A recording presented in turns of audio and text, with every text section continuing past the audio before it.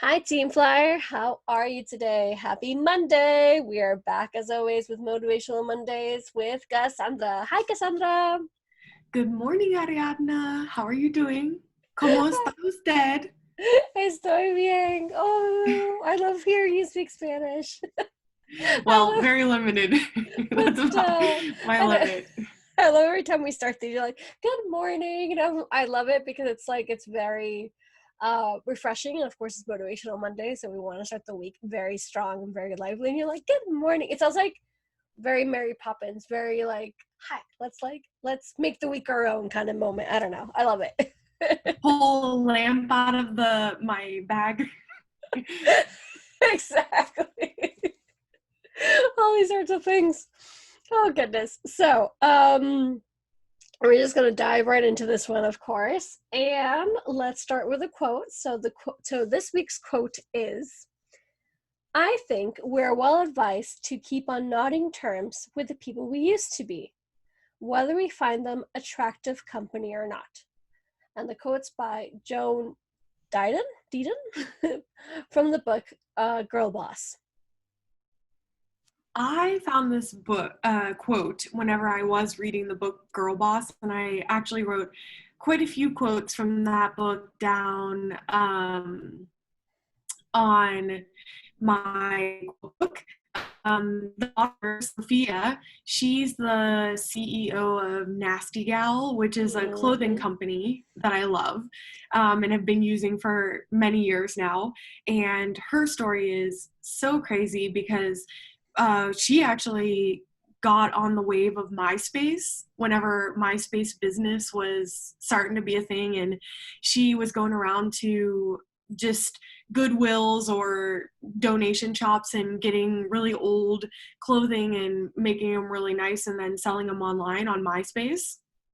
And there was some time whenever she was even living in a garage and like dumpster diving for food at maybe like a Panera Bread. She would go and get like old bagels that were thrown out, and that's like what she was doing to survive before Nasty Gal took off. And now it's this multi-million-dollar corporation that she is the CEO of. And I just love this book. And there's a lot of quotes in it and a lot of really good information. But I really resonate with this quote because I definitely think that in my past, I've just learned so much and grown so much as a person. And I do look at my life through a lot of different stages. I mean, it's very easy because, well, that you go to high school and then you go to college. And then for me, I went to the military and went to my first ship, second ship. And it's kind of like blocks of life that you kind of take away from that. And I just feel like in every single block, I have learned so much and grew so much as a person. And I can also, like, in a way that I look back and I always remember the girl I was to the woman I've become. And I really resonate with this quote because of that. First of all, I definitely agree with you with Girlboss, Sophia herself. I did read the book as well, and I found it so empowering. And I saw her show. I forgot on which. If it might be on Netflix. I don't remember anymore. They only had a one season, and sadly it didn't continue. But I love her story. I do agree with like seeing her thrive within all that, because if you do know Girl Boss and you do know her and Nasty Gal, you know, like what you said, it's a multi-billion-dollar business that she literally started from, like you said, the garage and scraps to where she is. So, and she has a lot of good quotes there. So I love this quote. I love the book. I love the determination and like the empowerment, and what you were saying about like our life is like stages basically. I mean, my life has been not the most common or normal, or I don't believe there's something as normal. I don't believe like you have to go to college right away. I also dropped out of high school because of life circumstances, so my stages look very different than quote unquote the rest, and I'm okay with that. I wasn't, see, there you go. I think this is where I can actually add the quote. I wasn't okay with that for a while. I was very upset that life had dealt me such a difficult path that I had to drop out of high school because I had to work full time to pay bills, and I had to move out when I was 17 because of a toxic relationship. Like all these sorts of things. I was very angry and bitter, and I did a lot of like self-harming. I barely ate. I went through like all that kind of phase in my late teen, early 20s. So when we're going back talking to about phases, for me it's like the journey within the journey, if that makes any sense. Like I moved around a lot, so I guess that would help me put my stages in a particular order. But what I do remember and what comes up the most whenever I do my workshops and my conferences and whenever I'm like a motivational speaker to, you know, the cause and all these sorts of things is that like at that moment I was, like the quote says, I wasn't an attractive version of myself by any means. Like I didn't become this positive person overnight. Like that was a lot of work to be who I am today, much like Sophia with her business, much like me, my business, like we always mention, much like you, because you've also gone through those kind of phases. And what I love about the quote that you were explaining to me, because I give you the credit because you were telling me stuff about the quote before we started recording, is that like you embrace every version you are. And I make sure that I do that because that's the way you're going to know that you've grown. If you reflect back in the from like you reflect if you reflect all the way back to your uh past self and you see differences, that means you've grown, obviously, especially for the positive ones, obviously, but you know what I mean. So I see that a lot as well. Thank you so much for bringing that up, because I was saying those phases because it's my specific journey, but it makes so much sense because not everyone has like a clear-cut path of exactly what they're doing in life, and that is totally fine. I can just distinguish between, you know, going to high school, going to college, then being in the military, and those are kind of like the ways I blocked my life, because also in those scenarios, I moved to a different location every time. I was interacting with totally different people, which allowed me to grow and learn from those relationships and the different diversity that I was able to come into contact with as I moved around. Because, you know, if I look back at young small town Cassey, my town in Western Pennsylvania was definitely a little bit more closed-minded, a very non-diverse. There was really not a lot of diversity at all. No foreign communities, not a lot of even foreign restaurants in our town when I was growing up. And so just starting with that base, I had a lot of growing to do, especially when I joined the military, because you just meet people from all across the US, and not just the US. There's a lot of people from the Philippines that come and join the United States military, and also other countries. So you just get to be around so many people from so many backgrounds that have so much to give, so much to teach you. And I befriended so many different people that were able to give me an insight into their lives. And then one of the real reasons why I resonate with this quote is when I did go to college, I was on an all-girls floor, and well, catty is catty is catty. There was a lot of women on that floor. There was a lot of drama probably taken, and I could talk about it for hours. Mm-hmm. It could be a soap opera, you know, just get a bunch of women together and put them on one floor and tell them to stay away from boys, all the same boy, but you know, you can't do it. Exactly, So especially at that when age. I But oh did my live, god.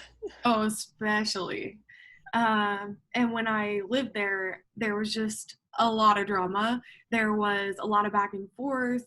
There was a lot of name calling. And I definitely remember, you know, people saying, oh, Cassie's such a bitch. And I'd just be laid out in my bed with the covers pulled up to my forehead. And I'd be like, I can't get out of bed because like someone out in the world thinks I'm a bitch.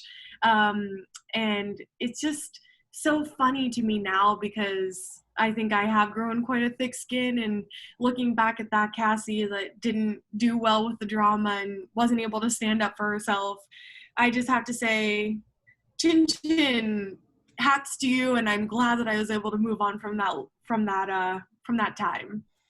I love that. I love that, like, the last little piece you said, like, chin chin, hats off to you. I definitely agree. I feel like when we do talk about past versions of ourselves, especially you and me, that are very similar, we're very open-minded, very strong-willed, very determined women, and we help and we lift each other up a whole lot. I agree with the statement that the past version of myself, past versions, this is not only one version of Ariadna. There's like different shades and different colors.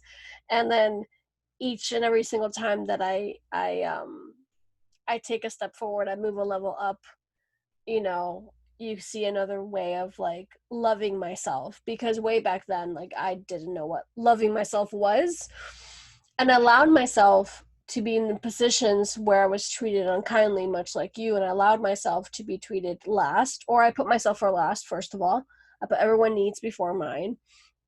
And then what you were saying, standing up for oneself, I feel like I learned that much later in life, and I feel like it's something that I'm also still learning. So to be honest, I feel like I stand up for myself a lot. I stand up for a lot of people, like injustices, because I'm a huge advocate for justice in general, period. So a lot of my talks are with that. But when it comes to me, myself, and I have to continue learning to stand up for myself a lot more and what I believe in. And that's the beauty of the quote. Like, it's not just like reminiscing of the past by any means. It's kind of like, okay, thanks to me being that way, now I've learned that I need to be better and I can be better, and this is like the version that I really want to be. So just, it's kind of like more, oh, it reminds me of course it does, because I love Disney, The Lion King, and I kind of like, I forgot the exact quote, to be honest, but it was something about like looking at the past and like learning from it, basically, to know where you want to be, and something along the lines, basically. So I do see the difference between my past versions, but also like what you said, because you are nothing like the Cassandra from college by any means. Like, Well, and also, I mean, just imagine, because we don't have visuals in these podcasts, but I definitely sometimes just imagine myself in a room filled with all the past versions of myself, and like what I would wear like back in the day to what I wear today. oh my And I god. just like walk around and have a conversation with each of those people, and I'm like, oh yeah, good day, how are you doing? And it's just comical, because when you really think about those phases in your life, whichever way it would be or how you would block it, I just think that you could have someone from every facet and just always remember where you came from and never forget it. Exactly. And I feel like, okay, so you remind me of two things. First of all, the way that, you're dressed, it says a lot in general, because I've also gone through phases. There was a moment that I didn't care what anybody else thought, and that was my very, like, I was teenager, my very late 20s, sorry, very late teen, early 20s. But then I had so much chaos and drama and like so much negative vibes happen to me that I literally went the opposite. Like, I wore the baggiest clothes. I didn't want to show up. I wore not barely any makeup. That's a bad thing, but kind of, I didn't really take care of myself. Let's put it that way. So going from there to like learning how to love myself again, and like learning to like wear stuff that, I feel more comfortable in, because I mean, we did talk recently that, it's more what's inside than outside, but once you fix the inside, the outside reflects on it, and the what you wear also gives you that kind of pizzazz, like gives you that kind of motivation you need and that confidence you need. Going back once again, Nasty Gal's all about clothes, and even though I'm not the most fashionable out there, or believe like I wear the most makeup by any means, or like know all the beauty products, I do understand what like clothes can do to you and how it makes you feel. So I love that you mentioned that as well, because like I can see myself in those kind of past versions of like, oh my god, I was wearing that, but not because I was ashamed. Like, ew, what I really wore that. No, kind of like, oh, I wore that because I was, in a toxic environment, I didn't love myself, or I was going through something really dark, so I can tell. And I think it definitely shows as well. And then I love your like talking to your past selves. I think that's really important. I really feel like I do a lot of these podcasts, of course, and we do a lot of go to fly stories. And a lot of the times, not to all my guests, but a lot of them, I end up asking, like, what would you say to your past self and what would you say to your future self? depending on the storyline, pending, and I'm not going to ask every single one. I don't want to bore you guys, but I like that as well as like a daily, not daily ritual, but like once in a while, kind of be like, oh, like look where I was, look who I was, look how much I've grown, look how much I've won in a good way, you know? And what do I say to my future self, and where do I see my future self? So, yeah, I like that a lot. When I also think about this concept, and if I was gonna just talk to the people out there that are listening to this podcast right now, I also would like to say, if there is a phase that you're looking at and you're ashamed by that person that you were before, it's okay. Don't bury her or him. Definitely know that like every single thing that has happened to you or occurred to you in this life is only helped you grow into the person that you are right this very second. And burying the past or trying to hide that, sometimes when you embrace it, that makes you your most authentic self. You know, maybe you had a really hard time with personal matters. I mean, there's a lot of things that could bring you down, and there's a lot of writers who have written about those types of things that have really just come, you know, I always think of, I don't know if you know Glennon Doyle. Of course, yeah. She, yes. So like she Untamed. definitely reminds me of this quote as well, because she has gone through so many things in her life, and it was the moment that she decided to tell the truth about her story, that she just rose to this exponentially high level. And she was having an eating disorder, she was on drugs, she went through a lot of things in her past, and she had been hiding it, and then she had kids, and she just decided to basically be honest about the story. And that's whenever people came forward and were just like, oh my gosh, I resonate with you on so many levels, and I had the same thing happen. And it was like, that was like when people realized there was someone out there that was just like them. And I think that, yeah, I mean, you can go through a really rough time, and you can also get really strong and move forward and move past it. But just don't forget that that's there. And if, you know, if it would help somebody else, like maybe tell them about it. I couldn't agree more, without a doubt. I love that because it's something, you know, without going any further, this is what I created the Always Believer and the movement Go to Fly, so we can share those stories to not only uplift others, but definitely uplift ourselves and like literally speak our honest truth. I love being a part of something, and not only created it, of course, but just being a part of something that moves you so much. And this, like, Go to Fly started 7 years ago by now, and the podcast has been running all year long with every Wednesday like a brand new story. And I love because it affects people in so many different layers and ways, and it resonates with people. So people like Glenn Dole, for example, who I also love, and I love her book and whatnot. um of Love course, we Warrior, Arrested that's what Date. it's called. Yes.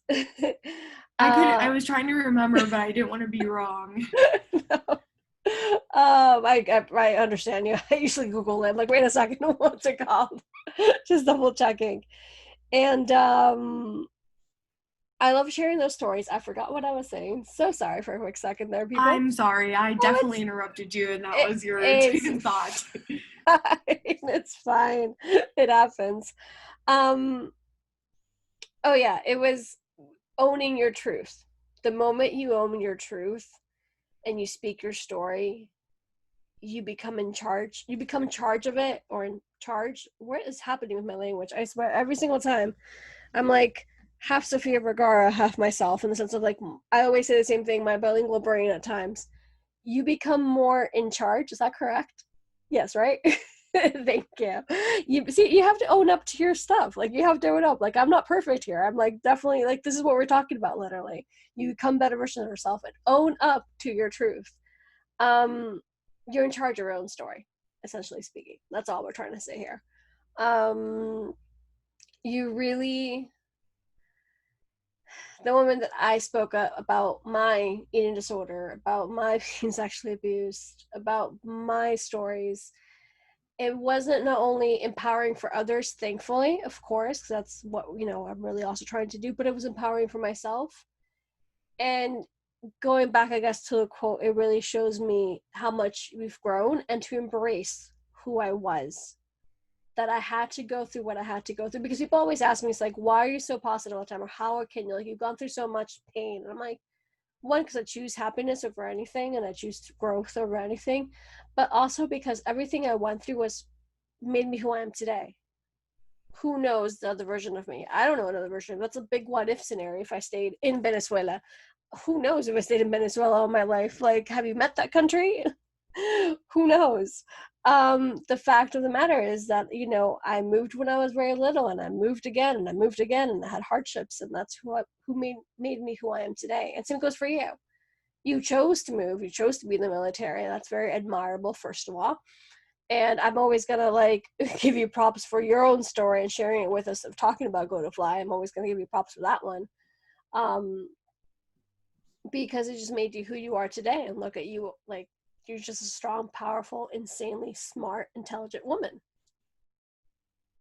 Thank you so much. I really appreciate that, Ariadna. You are, though. I love talking to you. Well, I would say we both are. Thank you. Oh goodness. Anything else you want to add before I repeat the quote once more? No, I just think maybe this week take a moment, reflect on this quote, and think about all of your past selves, and just have a quick conversation and be like, all right, I'm moving forward and I'm gonna just grow from here. And that's what you got to do. So that's what you should do this week, and let us know how it's going. Exactly. Just grow forward. Like, don't stay in the past. Talk to it, like you said. But move forward. So yeah, without further ado, one more time, let me repeat the quote as always, which is, um, I think we're well advised to keep on nodding terms with the people we used to be, whether we find them attractive company or not. Joan Didon from the book Girlboss. So yeah, thank you very much for listening and for tuning in once more. Please, as always, drop all the comments down below. We are on social media everywhere, of course. We want to hear your stories. We want to hear your thoughts about the quote, just anything that comes across your mind, really. Our door is always open. Our DMs are always open. And let's talk soon. Bye. See you later.